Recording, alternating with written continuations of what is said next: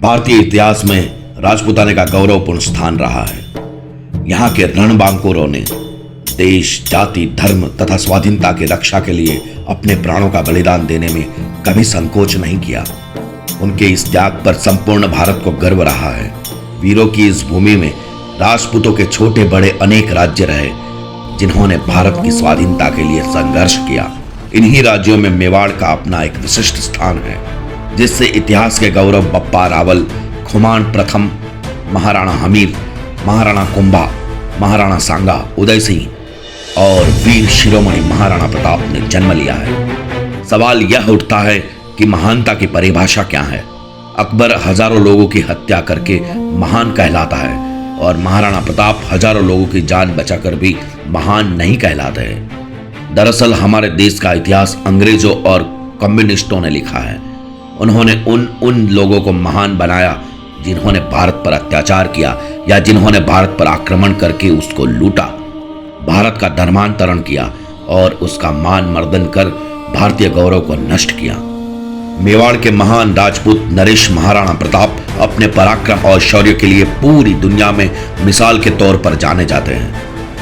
एक ऐसा राजपूत सम्राट जिन्होंने जंगलों में रहना पसंद किया, लेकिन कभी विदेशी मुगलों की दास्ता स्वीकार नहीं की। उन्होंने देश, धर्म और स्वाधीनता के लिए सब कुछ न्यौछावर कर दिया।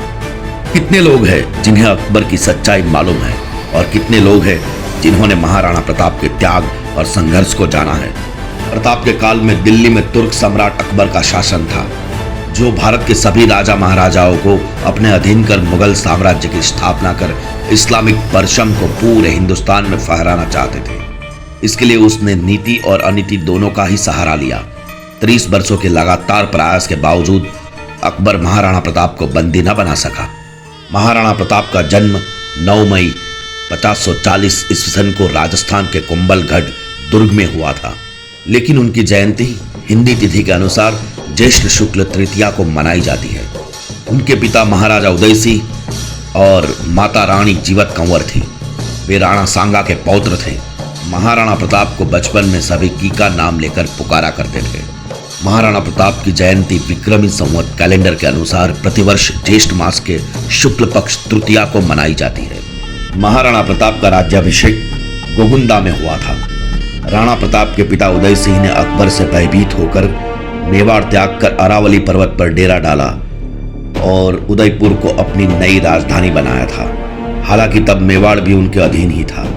महाराणा उदय सिंह ने अपनी मृत्यु के समय अपने छोटे पुत्र को गद्दी सौंप दी थी, जो कि नियमों के विरुद्ध था।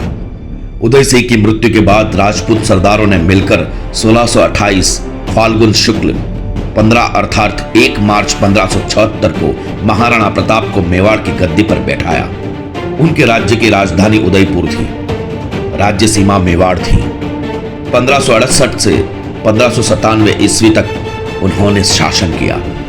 उदयपुर पर यवन, तुर्क आसानी से आक्रमण कर सकते हैं, ऐसा विचार कर तथा सामंतों की सलाह से प्रताप ने उदयपुर को छोड़कर कुंभलगढ़ और गोगुंदा के पहाड़ी इलाकों को अपना केंद्र बनाया।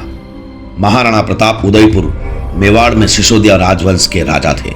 उनके कुल देवता एकलिंग महादेव है। मेवाड़ के राणाओं के आराध्य देव एकलिंग महादेव का मेवाड़ के इतिहास में बहुत महत्व है। एकलिंग महादेव का मंदिर उदयपुर में स्थित है।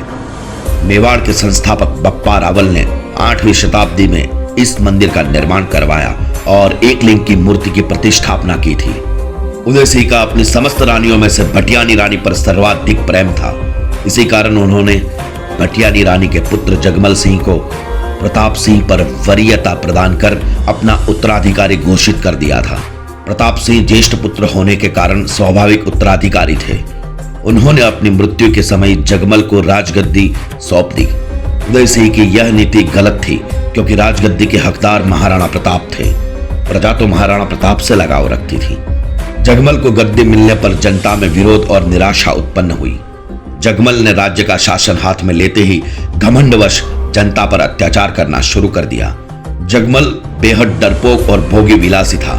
यह देखकर प्रताप जगमल के पास गए और समझाते हुए कहा कि अत्याचार करके अपनी प्रजा को असंतुष्ट मत करो। समय बड़ा नाजुक है। अगर तुम नहीं सुधरे तो तुम्हारा और तुम्हारे राज्य का भविष्य खतरे में पड़ सकता है। जगमल ने इसे अपनी शान के खिलाफ समझा। गुस्से में उसने कहा, तुम मेरे बड़े भाई हो सही, परंतु स्मरण रहे कि तुम्हें मुझे उपदेश देने का कोई अधिकार नहीं है। यहाँ का राजा होने के नाते मैं यह आदेश देता हूं कि तुम आज ही मेरे राज्य की सीमा से बाहर चले जाने का प्रबंध करो। प्रताप चुपचाप वहां से चले गए। प्रताप अपने अश्वागार में गए और घोड़े की जीन कसने की आज्ञा दी। महाराणा प्रताप के पास उनका सबसे प्रिय घोड़ा चेतक था। महाराणा उदय सिंह के निधन के पश्चात मेवाड़ के समस्त सरदारों ने एकत्र होकर महाराणा प्रताप सिंह को राज्य गद्दी पर आसीन करवाया था। महाराणा प्रताप का राज्याभिषेक कुंभलगढ़ के राज सिंहासन पर किया गया। उधर जगमल सिंह नाराज होकर बादशाह के पास चले गए और बादशाह ने उनको जहाजपुर का इलाका जागीर में प्रदान कर अपने पक्ष में कर लिया। इसके पश्चात बादशाह ने जगमल सिंह को सिरोही राज्य का आधा राज्य प्रदान कर दिया। इस कारण जगमल सिंह के सिरोही राजा सुल्तान देवड़ा से दुश्मनी उत्पन्न हो गई और अंत में ईस्वी सन 1583 में हुए युद्ध में जगमल सिंह काम आ गए थे। जिस समय महाराणा प्रताप सिंह ने मेवाड़ की गद्दी संभाली, उस समय राजपूताना साम्राज्य बेहद नाजुक दौर से गुजर रहा था। बादशाह अकबर की क्रूरता के आगे राजपूताने के कई नरेशों ने अपने सर झुका लिए थे। कई वीर प्रतापी राज्य वंशों के उत्तराधिकारियों ने अपनी कुल मर्यादा का सम्मान भुलाकर मुगलिया वंश से वैवाहिक संबंध स्थापित कर लिए थे। कुछ स्वाभिमानी राजघरानों के साथ ही महाराणा प्रताप भी अपने पूर्वजों की मर्यादा की रक्षा हेतु अटल थे और इसलिए तुर्क बादशाह अकबर की आंखों में वे सदैव खटका करते थे। महाराणा प्रताप जिस घोड़े पर बैठते थे वह घोड़ा दुनिया के सर्वश्रेष्ठ घोड़ों में से एक था। महाराणा प्रताप तब 72 किलो का कवच पहनकर 81 किलो का भाला अपने हाथ में रखते थे। भाला और कवच सहित ढाल तलवार का वजन मिलाकर कुल 208 किलो का वजन उठाकर वे युद्ध लड़ते थे। सोचिए तब उनकी शक्ति क्या रही होगी। इस वजन के साथ रणभूमि में दुश्मनों से पूरा दिन लड़ना मामूली बात नहीं थी। अब सवाल यह उठता है कि जब वे इतने शक्तिशाली थे तो अकबर की सेना से वो 2 बार पराजित क्यों हो गए। इस देश में जितने भी देशभक्त राजा हुए हैं उसके खिलाफ उनका ही कोई अपना जरूर रहा है। जयचंदों के कारण देशभक्तों को नुकसान उठाना पड़ा है। मेवाड़ को जीतने के लिए अकबर ने कई प्रयास किए। अकबर चाहता था कि महाराणा प्रताप अन्य राजाओं की तरह उसके कदमों में झुक जाए। महाराणा प्रताप ने भी अकबर की अधीनता को स्वीकार नहीं किया था। अजमेर को अपना केंद्र बनाकर अकबर ने प्रताप के विरुद्ध सैनिक अभियान शुरू कर दिया। महाराणा प्रताप ने कई वर्षों तक मुगलों के सम्राट अकबर की सेना के साथ संघर्ष किया। मेवाड़ की धरती को मुगलों के आतंक से बचाने के लिए महाराणा प्रताप ने वीरता और शौर्य का परिचय दिया। प्रताप की वीरता ऐसी थी कि उनके दुश्मन भी उनके युद्ध कौशल के कायल थे। उदारता ऐसी थी कि दूसरों की पकड़ी गई मुगल बेगमों को सम्मान पूर्वक उनके पास वापस भेज दिया था।